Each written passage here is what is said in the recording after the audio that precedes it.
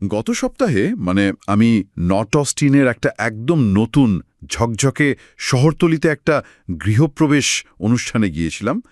আয়োজকরা ছিলেন আধুনিক যাকে বলে মেরিটোক্র্যাটিক জুটি, একদম নিখুঁত উদাহরণ আর কি। স্বামী একজন সফটওয়্যার আর্কিটেক্ট আর স্ত্রী হলেন সিনিয়র মার্কেটিং ডিরেক্টর। হ্যাঁ, হাই প্রোফাইল জব যাকে বলে। একদমই তাই। দুজনের আয় মিলিয়ে বছরে প্রায় $2,80,000 একটু বেশি। আমেরিকার যে কোনো পরিসংখ্যানের দিক থেকেই দেখলে তারা শুধু যে ভালো আছে তা নয়, তারা রীতিমতো বিজয়ী। হ্যাঁ, ডেটা তো সেটাই বলে। 1979 সালের পর থেকে এই নির্দিষ্ট আয়ের মানুষের সংখ্যা দ্বিগুণেরও বেশি বেড়েছে। এখন দেশের প্রায় 1/3 মানুষ এই ক্যাটাগরিতে পড়ে। ঠিক। কিন্তু রাত যত গভীর হলো, ওই ওয়াইনের গ্লাস হাতে হাতে ঘুরতে লাগলো, আড্ডার মোড় হঠাৎ করে একটা বেশ উদ্বেগজনক দিকে ঘুরে গেল। তাই নাকি? কি নিয়ে কথা হচ্ছিল? আমি তাদের রান্নাঘরে দাঁড়িয়েছিলাম, চারদিকে সাদা কোয়ার্টস পাথরের কাউন্টার টপ আর দামি সব অ্যাপ্লায়েন্স। হঠাৎ দেখি স্বামীটি একটা ককটেল ন্যাপকিনের উল্টো দিকে বসে কিছু হিসাব কষতে শুরু করেছে। আমি এটাকে বলি স্ট্রেস ম্যাথ বা মানসিক চাপের হিসাব। ওরে বাবা, পার্টিতে বসে স্ট্রেস ম্যাথ! সে কি পরের কোনো বাড়ি কেনার ইনভেস্টমেন্টের হিসাব করছিল? আরে না, সে বোঝার চেষ্টা করছিল কিভাবে হঠাৎ করে বেড়ে যাওয়া $4,000 প্রপার্টি ট্যাক্স সামলাবে, আর তার পাশাপাশি মেয়ের ওই প্রাইভেট প্রি-কে এনরিচমেন্ট টিউশন ফি, এই দুটো একসাথে কিভাবে জোগাড় করবে। বুঝতে পেরেছি। আয় অনেক, কিন্তু খরচও গলা পর্যন্ত। হ্যাঁ, সে নিজের ঘরের দিকেই একজন চোরের মতো বা অনুপ্রবেশকারীর মতো তাকাচ্ছিল। ফিসফিস করে আমাকে বলল, কাগজে কলমে আমরা ধনী, কিন্তু আমার মনে হয় চাকাগুলো খুলে পড়ার জন্য মাত্র একটা খারাপ মাসই যথেষ্ট। এটা আসলে একটা চরম বৈপরীত্য। এই দম্পতি দেশের সর্বোচ্চ 30% উপার্জনকারীদের একজন, একটা পাওয়ার হাউসহোল্ডে বাস করছে। ঠিক। তবু তারা এমন এক মরিয়া অনিশ্চয়তার কথা বলছিল যা সাধারণত অনেক কম আয়ের মানুষদের মুখে শোনা যায়। তারা তো আমেরিকান ড্রিমের সিঁড়ি বেয়ে ওপরে উঠেছে, কিন্তু সেখানে গিয়ে দেখছে যে সিঁড়ির ধাপগুলো ক্রমশ উত্তপ্ত হচ্ছে। আর উচ্চতাটাও মাথা ঘোরানোর মতো, তাই না? দশকের পর দশক ধরে আমরা শুনে আসছি যে মধ্যবিত্ত শ্রেণীর সংকুচিত হচ্ছে। শুনলে মনে হয় সবাই গরিব হয়ে যাচ্ছে। হ্যাঁ, ব্যাপক দারিদ্র্যের একটা মর্মান্তিক চিত্র মাথায় আসে। কিন্তু ডেটা এক ভিন্ন গল্প বলে। মধ্যবিত্ত শ্রেণীর সংকুচিত হচ্ছে ঠিকই, তবে তার মূল কারণ হল মানুষ ওপরের দিকে উঠছে। 1979 সালে মাত্র 13% আমেরিকান এই আয়ের স্তরে পৌঁছতে পেরেছিল। আর আজ সেটা 31%। তো আজকের এই বিস্তারিত আলোচনায় আমাদের মূল লক্ষ্য হলো এই বিষয়টা একটু গভীরে গিয়ে দেখা। যদি দেশের 1/3 মানুষ উচ্চ মধ্যবিত্ত শ্রেণীতে জায়গা করেই নেয়, তবে এই স্বপ্ন কেন এখন একটা টিকে থাকা লড়াই বা সার্ভাইভাল গেমের মতো মনে হচ্ছে? একদম সঠিক প্রশ্ন।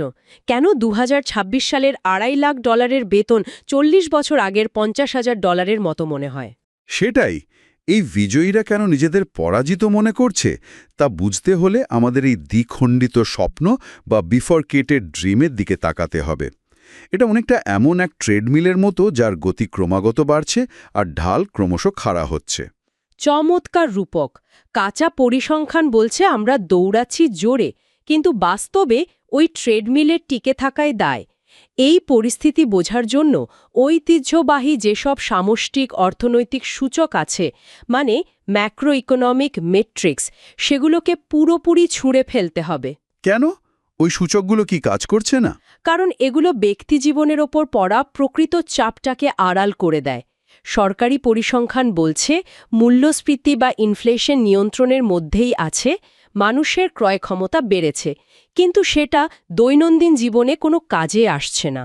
এই গ্যাপটা কতটা বড় তা নর্দার্ন ভার্জিনিয়ার ডেভিডের গল্পটা শুনলে খুব স্পষ্টভাবে বোঝা যায়। আমাদের সোর্সের ডেভিডের যে প্রোফাইলটা দেওয়া আছে, ধরুন সে একজন সিনিয়র প্রজেক্ট ম্যানেজার, আয় $1,68,000। পরিসংখ্যানে সে তো বেশ সফল একজন মানুষ, কিন্তু বাস্তবের ছবিটা শুনলে শিউরে উঠতে হয়। তার 1950-এর দশকে তৈরি একটা সাধারণ র্যাঞ্চ হাউসের মর্গেজ আর ট্যাক্স তার আয়ের 40% গিলে খায়। বেশ বড় একটা অঙ্ক। গত মঙ্গলবার তার বেসমেন্টের হিটিং সিস্টেম HVAC যখন নষ্ট হয়ে গেল, সে কোনো টেকনিশিয়ানকে ডাকেনি। $1,68,000 আয় করে সে টেকনিশিয়ান ডাকেনি? না, কারণ ওই মাসে তার একটা ডেন্টাল ক্রাউনের খরচ ছিল আর গাড়ির মেকানিকের বিল ছিল। এগুলোর পর হাতে আর কোনো উদ্বৃত্ত টাকা ছিল না, তাই সে নিজে কনকনে ঠান্ডা বেসমেন্টে একটা ফ্ল্যাশলাইট মুখে কামড়ে ধরে ইউটিউব ভিডিও দেখে সেটা ঠিক করার চেষ্টা করছিল। ঠিক তাই। এখন আমার প্রশ্ন হলো, সরকার যখন মূল্যস্ফীতির হিসাব দেয়, মানে ওই কনজিউমার প্রাইস ইন্ডেক্স বা সিপিআই তৈরি করে, তারা কি ডেভিডের মতো মানুষদের অস্তিত্ব অস্বীকার করে? এই হিসাবগুলো কি পুরোপুরি বানোয়াট? না, তারা সরাসরি মিথ্যা বলছে না, তবে তারা অর্থনীতিকে একটা ভিন্ন লেন্স দিয়ে দেখে, যাকে বলা হয় head neck quality adjustment. Head neck quality adjustment মানে জিনিসপত্রের গুণগত মানের সাথে এর কোনো সম্পর্ক আছে? একদম। ব্যুরো অফ লেবার স্ট্যাটিস্টিক্সের মতো প্রতিষ্ঠানগুলো যখন মূল্যস্ফীতি মাপে, তারা শুধু পণ্যের বাজার মূল্য দেখে না, তারা দেখে ওই পণ্যের ভেতরে প্রযুক্তিগত উন্নয়ন কতটা হয়েছে। ধরুন ২০১০ সালে একটা স্মার্টফোনের দাম ছিল $500। আর আজ হয়তো সেটা $1000। ঠিক, কিন্তু সরকারি হিসাবরক্ষকরা দেখান যে আজকের ওই $1000 ফোনে 3টা হাই ডেফিনেশন ক্যামেরা আছে, হার্ট রেট মনিটর আছে, শক্তিশালী প্রসেসর আছে। আচ্ছা, মানে তারা বলছে আমি আগের চেয়ে বেশি ভ্যালু পাচ্ছি। হ্যাঁ, গাণিতিক মডেলে ক্রেতারা একই অর্থে আরও অনেক বেশি উপযোগিতা পাচ্ছে। তাই পরিসংখ্যানের খাতায় ওই ফোনটিকে আসলে আরও সস্তা হিসেবে দেখানো হয়। একেই অর্থনীতিবিদরা বলেন মানি ইলিউশন বা অর্থের মরিচিকা। কিন্তু আমার ব্যাংক অ্যাকাউন্ট তো আর উপযোগিতা বোঝে না। $1000 তো ঠিকই গায়েব হয়ে যাচ্ছে ব্যাংক থেকে। পাতলা টিভি বা উন্নত ক্যামেরা দিয়ে তো ডেভিড তার প্রপার্টি ট্যাক্স দিতে পারবে না। একদমই তাই। খাতায় কলমে মানুষ ধনী হচ্ছে ঠিকই, কিন্তু প্রকৃত ক্রয় ক্ষমতা কমে যাচ্ছে। এই মরিচিকা থেকে বেরিয়ে এসে প্রকৃত অবস্থা বোঝার জন্য অর্থনীতিবিদরা একটা নতুন সূচকের প্রস্তাব করেছেন। সেটা কি? এটাকে বলা হয় কস্ট অফ থ্রাইভিং ইন্ডেক্স বা সংক্ষেপে COTI। এটা কোনো পণ্যের দাম ডলার বা সেন্ট দিয়ে মাপে না। তাহলে কি দিয়ে মাপে? সময় দিয়ে। এটি মাপে একটা সমাজে টিকে থাকতে একজন সাধারণ কর্মীর জীবনের ঠিক কত ঘন্টা বা কত সপ্তাহ ব্যয় করতে হয়। এখানে সময়টাই হলো আসল মুদ্রা। ও আচ্ছা, সময়ের হিসাবে। তো এর ডেটাগুলো কি বলছে? ডেটাটা খুবই চমকপ্রদ। একটা 4 সদস্যের পরিবারের মৌলিক 5টি খরচ, খাদ্য, বাসস্থান, চিকিৎসা, যাতায়াত এবং শিক্ষা। 1985 সালে একজন কর্মীর এই 5টা খরচ মেটাতে সময় লাগত 39.7 সপ্তাহ। মানে ধরুন প্রায় 40 সপ্তাহ। একটা বছরে 52 সপ্তাহ থাকে, তার মানে তখনও ওই কর্মীর হাতে প্রায় 12 সপ্তাহের আয় উদ্বৃত্ত থাকত। ঠিক, ওই 12 সপ্তাহের টাকা দিয়ে তারা সঞ্চয় করত বা বছরে একবার ছুটি কাটাতে যেত। কিন্তু 2022-এর ডেটা অনুযায়ী ওই একই খরচ মেটাতে এখন সময় লাগে 62 সপ্তাহ। দাঁড়ান, কি বললেন? 62 সপ্তাহ? 52 সপ্তাহের একটা বছরে 62 সপ্তাহের খরচ মেটানো তো অঙ্কের হিসাবেই অসম্ভব ব্যাপার। একদম গাণিতিকভাবে অসম্ভব। এর মানে হলো একজন মানুষ সারা বছর হাড়ভাঙা খাটুনি খেটেও নিজের পরিবারের মৌলিক প্রয়োজন মেটাতে পারছে না। এই অসম্ভব সমীকরণটা তৈরি হলো কিভাবে? মানে কোন জিনিসগুলো এত দামি হয়ে গেল? প্রধানত দুটো খাত, আবাসন এবং চিকিৎসা। প্রথমে আবাসনের বিষয়টা বলি। 1979 সালে একটা সাধারণ বাড়ির দাম ছিল মানুষের বার্ষিক আয়ের প্রায় 3 গুণ। কিন্তু এখন অস্টিন বা নর্দার্ন ভার্জিনিয়ার মতো জায়গায় একটা বাড়ির দাম আয়ের 8 থেকে 10 গুণ হয়ে গেছে। কিন্তু অনেকেই তো বলতে পারে, এখন তো রিমোট ওয়ার্কের যুগ, মানুষ ঘরে বসেই কাজ করতে পারে, তারা চাইলেই তো কোনো সস্তা ছোট শহরে গিয়ে বাড়ি কিনতে পারে, তাই না? হ্যাঁ, মনে হতে পারে, কিন্তু এখানেই চলে আসে অ্যাগ্লোম্যারেশন ইকোনমিক্স বা গুচ্ছবদ্ধ অর্থনীতির মেকানিজম। আধুনিক মেধাকেন্দ্রিক অর্থনীতিতে কোম্পানিগুলো সেখানেই অফিস খোলে যেখানে প্রতিভাবান কর্মী পাওয়া যায়। আর কর্মীরাও সেখানে ভিড় জমায় যেখানে বড় কোম্পানি থাকে। ঠিক, এর সাথে যুক্ত হয় ভালো স্কুল ডিস্ট্রিক্ট, নেটওয়ার্কিং। এগুলো একটা বিশাল ব্ল্যাক হোলের মতো কাজ করে। নির্দিষ্ট কিছু অঞ্চলে সম্পদের পাহাড় তৈরি হয় আর জায়গার দাম আকাশছোঁয়া হয়ে যায়। মানে আমি যদি সস্তা অঞ্চলে যাই তাহলে হয়তো বাড়ির দাম কমবে, কিন্তু আমার কেরিয়ারের অগ্রগতিও সেখানে আটকে যাবে। একদম। আর চিকিৎসার খরচের বিষয়টা আরও ভয়াবহ। 1985 সালে পারিবারিক হেলথ প্রিমিয়াম ছিল $2,152। 2022-এ এসে সেটা দাঁড়িয়েছে $22,463। অবিশ্বাস্য। কিন্তু এর কারণ কি? শুধুই কি লেটেস্ট এমআরআই মেশিন আর রোবটিক সার্জারির জন্য? কারণ হচ্ছে অ্যাডমিনিস্ট্রেটিভ ব্লোট বা প্রশাসনিক আমলাতন্ত্রের আধিক্য। গত কয়েক দশকে প্রকৃত চিকিৎসকের তুলনায় হাসপাতালের এই আমলাদের সংখ্যা গাণিতিক হারে বেড়েছে। মানে ধরুন একজন সার্জন যখন অপারেশন থিয়েটারে কাজ করছেন তখন পর্দার আড়ালে 10 জন মানুষ বসে ইন্স্যুরেন্স কোম্পানির সাথে বিলিং কোড নিয়ে তর্ক করছে। ওরে বাবা, তার মানে আমি শুধু ডাক্তার দেখানোর জন্যই টাকা দিচ্ছি না, ওই ডাক্তারের কাছে যাওয়ার অনুমতি নেওয়ার জন্য ইন্স্যুরেন্স কোম্পানির সাথে তর্ক করার যে একদল আমলাতান্ত্রিক সেনাদল আছে তাদের বেতনও আমাকেই দিতে হচ্ছে। একদম সঠিক রূপক দিয়েছেন। তো এই ৬২ সপ্তাহের যে অসম্ভব একটা বোঝা মানুষের ঘাড়ে চেপেছে, এর ফলে সমাজ টিকে থাকার তাগিদে একটা নতুন অভিযোজন ঘটিয়েছে। মানে একে করে যেহেতু এখন আর টিকে থাকা সম্ভব নয়, ঠিক। আর এভাবেই উত্থান হয়েছে পাওয়ার হাউসহোল্ডের। উদাহরণ হিসাবে সারা আর মার্কাসের কথা বলা যায়। সারা একজন কর্পোরেট অ্যাটর্নি আর মার্কাস সিনিয়র ডেটা কনসালটেন্ট। তাদের সম্মিলিত আয় তো $3,40,000। হ্যাঁ, কিন্তু তাদের জীবন কোনো রূপকথার গল্প নয়। তাদের দেখলে মনে হবে তারা কোনো বৈবাহিক সম্পর্কে নেই, বরং দুজন মিলে একটা নিবিড় লজিস্টিক্স কোম্পানি চালাচ্ছে। আমি সোর্স মেটেরিয়ালে দেখেছি তারা নাকি একে অপরের সাথে সময় কাটায় ডিজিটাল ক্যালেন্ডারের মাধ্যমে।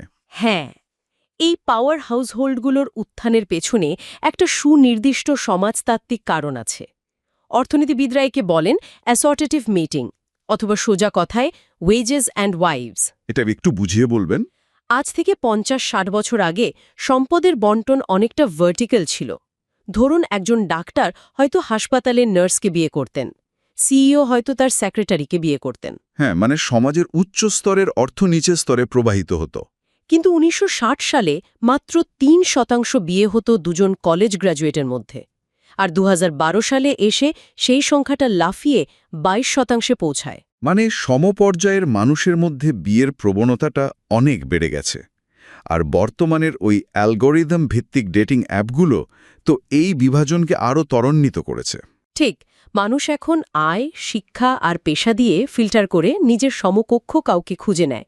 সিন্ডারেলা এখন আর রাজপুত্রকে বিয়ে করে না, কর্পোরেট লয়ার আর একজন ইনভেস্টমেন্ট ব্যাংকারকে বেছে নিচ্ছেন। একদম। এর ফলে সম্পদের একটা বিশাল অনুভূমিক কেন্দ্রীভবন ঘটছে। বিবাহ এখন শুধু সামাজিক প্রথা নয়, এটা একটা ইকোনমিক মোট বা অর্থনৈতিক পরীক্ষায় পরিণত হয়েছে। বিয়ে এখন রীতিমতো একটা লাক্সারি গুড। ডেটা বিশ্লেষণ করলে দেখা যায় শীর্ষ ২০% আয়ের মানুষের মধ্যে সিঙ্গল প্যারেন্ট মাত্র ৯%। আর সমাজের নিচের ৪০% মধ্যে এই হার ৪০%। যাদের সবচেয়ে বেশি দ্বিতীয় একটা আয়ের প্রয়োজন তারাই সবচেয়ে বেশি একা। অবশ্য এখানে একটা বিষয় পরিষ্কার করা দরকার, মানে নারীদের কর্মক্ষেত্রে যোগদান তো একটা বিশাল নাগরিক অধিকারের বিজয়। মূল সমস্যাটা কিন্তু নারীদের কাজ করা নয়, না, একদমই না। মূল সমস্যা হল সম্পদ এবং মেধার পরিসংখ্যানত কেন্দ্রীভবন। কিন্তু এই সমস্ত সম্পদের উদ্দেশ্য কি? কেন এই এলিট শ্রেণী এত হাড়ভাঙা খাটনি খাটছে? এর উত্তর আছে জুলিয়েনার তার ১৪ বছর বয়সী মেয়ে ক্লোইর গল্পের মধ্যে। জুলিয়েন বছরে $2 লাখ আয় করে, কিন্তু সে তার মেয়ের বছরে $৯৫,০০০ টিউশন ফি নিয়ে দিশেহারা। $৯৫,০০০ টিউশন ফি?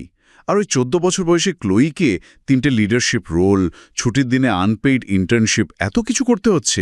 এটা কি আদৌ কোনো শিক্ষা? না, এটা কোনো শিক্ষা নয়। এটা হলো সমাজের নিচের স্তরে পড়ে যাওয়া ঠেকানোর একটা মুক্তিপণ। মানে আমার মনে পড়ছে ১৪ বছর বয়সে আমার সবচেয়ে বড় লিডারশিপ সিদ্ধান্ত ছিল যে শুক্রবার রাতে বন্ধুদের সাথে আমরা কোন ভিডিও গেমটা খেলব। আর এখনকার বাচ্চাদের অবস্থা দেখুন। একদম। এই মুক্তিপণ দেওয়ার মরিয়া চেষ্টাকে বুঝতে হলে জীববিজ্ঞানের একটা রূপক ব্যবহার করা যায়, সেফালাইজেশন। সেফালাইজেশন এটা কি রকম? বিবর্তনের ধারায় প্রাণীদের স্নায়ু আর মস্তিষ্ক যেমন ধীরে ধীরে মাথার দিকে পুঞ্জীভূত হয়েছে, যাকে সেফালাইজেশন বলে, আমাদের অর্থনীতিতেও ঠিক তাই ঘটেছে। আচ্ছা, মানে একসময় কায়িক শ্রমের মূল্য ছিল শরীরের সর্বত্র, আর এখন সেই জায়গা দখল করেছে মেধা, সফটওয়্যার আর কোডিং। ঠিক, সমস্ত অর্থনৈতিক ভ্যালু এখন সমাজের মস্তিষ্ক অংশে কেন্দ্রীভূত, আর এই মেধাকেন্দ্রিক ব্যবস্থায় টিকে থাকার একমাত্র পাসপোর্ট হল উচ্চমানের ডিগ্রি। আর এই কারণে শিক্ষা এখন আর সমতা বিধানকারী হাতিয়ার নয়, এটা অসমতা তৈরির একটা কারখানা। কিন্তু শিক্ষার খরচ এত আকাশছুলো কেন? এর পেছনে আছে বমলের কস্ট ডিজিজ বা উইলিয়াম বমলের একটা তত্ত্ব। সোজা কথায় একজন শিক্ষক ক্লাসরুমে বসে যেভাবে পড়ান তার উৎপাদনশীলতা বা প্রোডাক্টিভিটি গত কয়েক দশকে প্রযুক্তির কারণে খুব একটা বাড়েনি। কিন্তু অন্যান্য লাভজনক খাতের সাথে শিক্ষকদের বেতন তো বাড়াতে হয়েছে।